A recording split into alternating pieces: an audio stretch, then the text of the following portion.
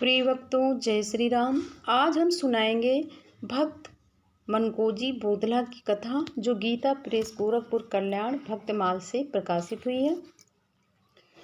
ये दारागार पुत्राप्तान प्राणान वित्तमिमं परम हित्वा माम शरणम याता कथम तांस्त्यक्तु मुत्सह। ये श्रीमद्भागवत गीता जी का श्लोक है। मनकोजी बोधला परार प्रांत के प्रसिद्ध नगर धामन गांव के पटेल थे। इनकी स्त्री का नाम था मामा ताई। इनके यमाजी नाम का एक पुत्र तथा भगीरथी नाम की एक कन्या थी। स्त्री पतिव्रता थी, पति की सेवा में लगी रहती थी। पुत्र सुशील था, विनयी था, माता पिता की आज्ञा मानकर चलने वाला था। कन्या सुंदरी तथा गुणवती थी। पूरा परिवार साधु ब्राह्मणों की सेवा करने वाला सदाचारी और भगवान का भक्त था। घर में भरपूर धन था, कोठे अन्न से भरे थे।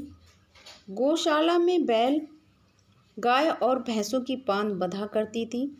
सदा अतिथियों का सत्कार होता था। एक बार देश में अकाल पड़ गया। मनुष्य अन्न बिना और पशु चारे बिना मरने लगे। मनकोजी बोधला ने पत्नी से कहा, देखो, आज भगवान ही भूखे और दरिद्र के रूप में हमसे पूजा चाहते हैं। घर में जो अन्न धन है वह उन्हीं की कृपा का प्रसाद है। भूखों को अन्न, प्यासों को जल, नंगों को वस्त्र और रोगियों को औषधि देना ही भगवान की सच्ची पूजा है। पर देखो, कहीं दान का अभिमान ना आ जाए। कृपा करके ही भगवान पूजा स्वीकार करते हैं, यह भाव बना रहे। नम्रता पूर्वक बीठी बाड़ी से सबका सत्कार करते हुए ही पूजा अर्पण करनी चाहिए। पति की आज्ञा मानने वाली निर्लोभ मामा ताई बड़ी प्रसन्नता से आज्ञा स्वीकार कर ली। अब उस समय जो भी भूखे लोग आते थे उनको अन्न, जो कपड़े, इनकी वस्त्र की आवश्यकता और अनाथों को आबाद आश्रय मिलने लगा। दूर दूर से सैकड़ों सहस्त्र कंगाल भूखे लोगों की भीड़ आने लगी। चीनी पर चींटियों की भांति भूखे लोगों की भीड़ बढ़ती गई। मनकोजी और मामा ताई बड़े प्रेम से सबका सत्कार करते थे, किंतु धन तो परिमित ही था। अन्न समाप्त हो गया, वस्त्र बढ़ गए। सोना और चांदी रत्न बेचकर जो मिला वह भी बांट दिया गया। घर में चारा नहीं रहा तो पशु भी दान कर दिए गए।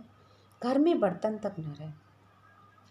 धामन गांव जैसे नगर के पटेल मनकोजी बोधला अब स्त्री के साथ दूसरों के घर मजदूरी करके अपना और बच्चों का पेट पालने लगे। इस त्याग में वो बहुत प्रसन्न थे। भोग का आनंद तो मादक होता है, दुर्गुणों को जन्म देता है, क्षणिक होता है और उसका अंत कष्ट, रोग, शत्रुता और नरक में होता है। किंतु त्याग का आनंद तो सच्चा आनंद है। वह हृदय को निर्मल कर देता है। उससे समस्त सद्गुण जाग उठते हैं। वह जीव को भगवान के चरणों में ले जाता है। इस त्याग के आनंद से मनकोजी का हृदय पूर्ण हो गया था। वे परिवार के साथ मजदूरी करते और अपने पदार्थों से रहित खाली मकान में स्त्री पुत्र के साथ भगवान के नाम का कीर्तन करते। संसार की बाधाएं जो थीं वो स्वयं भगवान ने दूर कर दी। मनकोजी बोधला का सदा से नियम था कि प्रत्येक एकादशी को पंढरपुर जाते थे। चंद्रभागा नदी में स्नान करके भगवान के दर्शन करते, रात्रि जागरण करते और द्वादशी को चंद्रभागा के तट पर अपने सामने ब्राह्मणों को भोजन करा के गरीबों को अन्न वस्त्र बांटकर त्रयोदशी को लौट आते थे। एकादशी आने वाली थी। अब उनके पास तो एक फूटी कौड़ी भी नहीं थी और मनकोजी को तो अपना नियम पूरा करना था।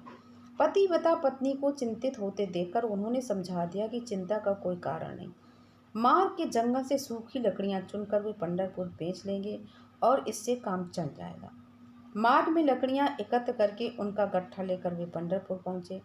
लकड़ी बेचने पर 3 पैसे मिले। चंद्रभागा में स्नान करके उन पैसों के फूल पत्ते लेकर श्री पांडुरंग का उन्होंने पूजन किया और रात्रि जागरण किया।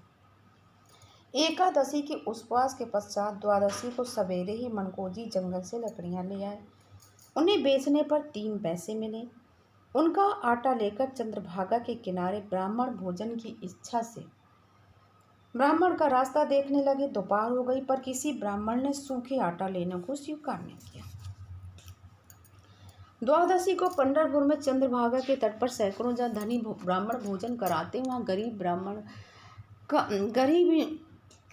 का आटा कौन ले। ना इसमें दाल है, न साग है, न घी है, न दक्षिणा देने को पैसे हैं। बोदला जी के नेत्र भर आए।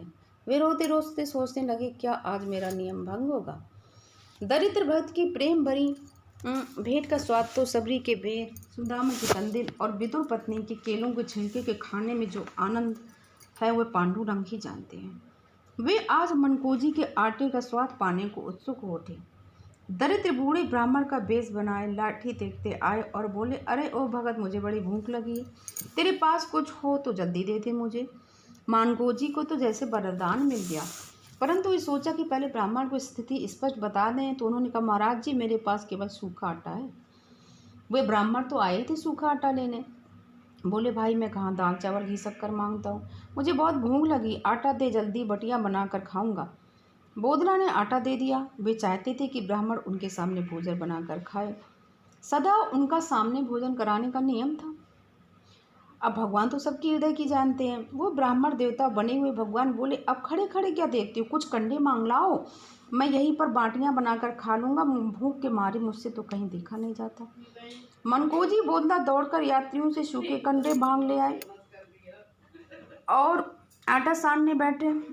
समस्त ऐश्वर्य की अधीश्वरी भगवती महालक्ष्मी भी भक्तों के ऐसे उपहार पाने के लिए एक कर पाने के लिए ललचाया करती। वे जानती हैं कि उनके स्वामी ऐसे मधुर पदार्थ पाकर उन्हें सर्वथा भूल जाते हैं।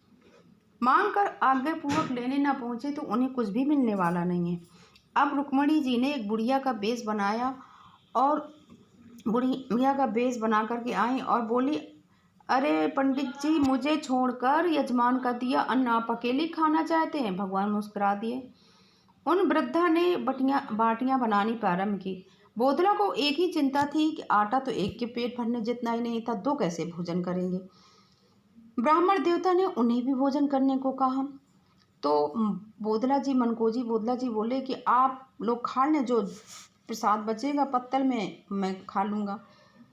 जगन्नाथ, पांडुरंग और जगदम्बा रुक्मणी ने भरपेट भोजन किया। अब कई मन और उनके देखते ही देखते वे अदृश्य हो गए। अब मनकोजी बोदला को पता चला कि उनका आटा स्वीकार करने वाले ब्राह्मण के बेस में स्वयं विट्ठल देव ही पधारे थे। वे भाव गदगद हो गए। मनकोजी बोदला वहां से मंदिर में भगवान के दर्शन करने गए। उनको लगा कि आज साक्षात पांडुरंग सामने खड़े होकर मुस्कुरा रहे हैं। उन्होंने हाथ जोड़कर प्रार्थना की, दयामय आपकी कृपा को धन्य। बड़े बड़े धनियों के आप भोजन स्वीकार नहीं करते, मुझ जैसे कंगाल के सूखे आटे पर रीझ गए।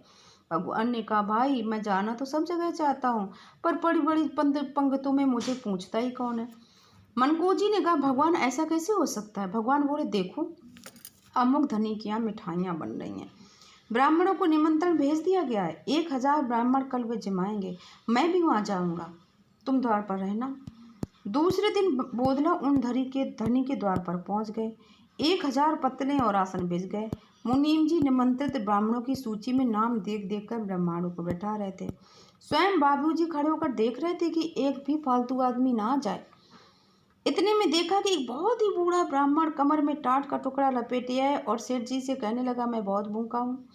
बाबूजी ने नाम पूछा, सूची देखी और कहा, आपको तो निमंत्रण नहीं दिया गया, आप भोजन नहीं कर सकते हैं।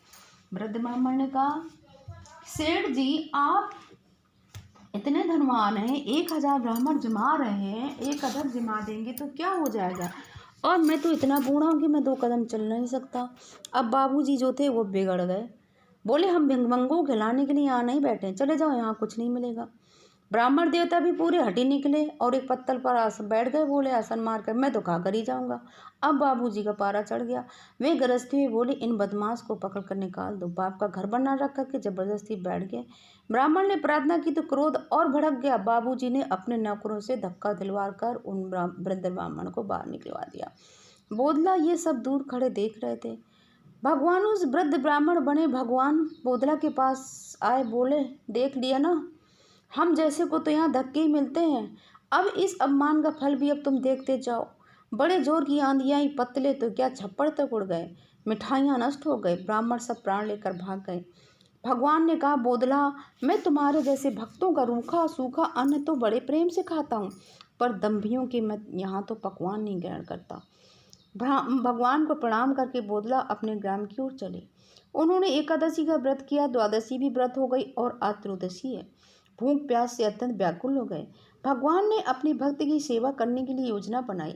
बोधला जी ने मार्ग में एक सुंदर बगीचा देखा। उन्हें बड़ा आश्चर्य हुआ कि ये बगीचा तो पहले कभी देखा नहीं था। भूख लगी थी, प्यास से मुख सूख रहा था, विश्राम करने की इच्छा थी। मन ने मान लिया कि मार्ग भूलकर कहीं दूसरे रास्ते पर आने के लिए, किंतु दूसरे के बगीचे में बिना पूछे जाए कैसे। इतने में इस समस्त रूपी बगीचे की रक्षा करने वाली रुक्मणी मैया मालिन के बेस में आई और कहने लगी, भगत जी आप थके जान पड़ते, आप पंढरपुर की यात्री हैं, अतः आपके सत्कार का पुण्य हमें भी मिलना चाहिए। बगीचे के स्वामी आपकी प्रतीक्षा कर रहे हैं, वे बैलों को संभाले, नहीं तो अवश्य आते। अपनी चरण रथ से हमारी कुटिया पवित्र करी। मनकुई जी बगीचे में गए। माली बने भगवान ने उन्हें पैर धोने को जल दिया। फल ले आए उनके लिए स्वयं। रुक्मणी ने छील बनाकर फलों को बोधला के सम्मुख रखा। बोधला ने मन ही मन पांडुरंग को भोग लगाकर प्रसाद पाया, जल पिया। आज के फलों का स्वाद फिर संसार के पदार्थों में कहाँ से आए। बोधला की सब थकावट, सारी भूख प्यास दूर हो गई। वे आनंद मग्न हो गए। विश्राम करके माली से विदा होकर जैसे ही बगीचे से निकले, वैसे उनके सामने ही देखते देखते आंखों से पूरा बगीचा अदृश्य हो गया। अब मनकोजी समझ गए कि प्रभु ने ही उनके लिए ये व्यवस्था की थी। वहीं भूमि में मस्तक रखकर अपने कृपा सिंधु विट्ठल को प्रणाम किया उन्होंने, और वहीं से भगवान नाम का कीर्तन करते हुए मनकोजी बोधला अपने घर आए। भक्तों, ये भक्तमाल कल्याण की कथाएं हैं और बिल्कुल सच्ची कथाएं हैं। इसका दूसरा भाग, मनकोजी बोधला का दूसरा भाग, हम कल के दिन वीडियो बना के डालेंगे, जो कि शाम को 4 बजे आता है। और आप लोग ये सच्ची कथाएं सब लोग सुने और अपने जो भी बच्चे बूढ़े जो भी हों रिश्तेदारों को भेजें, शेयर करें, ताकि भगवान की भक्ति सबके हृदय में आए। जय श्री कृष्ण।